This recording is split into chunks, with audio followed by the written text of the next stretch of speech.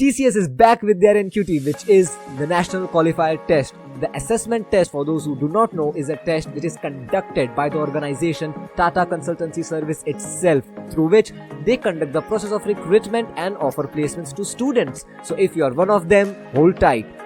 The test comprises of aptitude-based questions that challenges each individual's cognitive and logical thinking.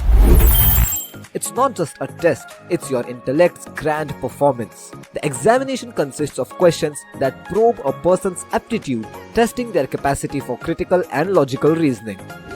The test comprises of 3 segments, which are verbal, logical and quantitative, each of them having its own distinctive features that contributes its own values.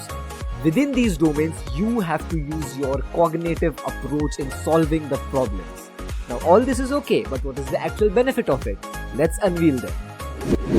Your aptitude or your NQT score opens doors to opportunities, connecting you directly with the TCS recruiters and other potential employees as well.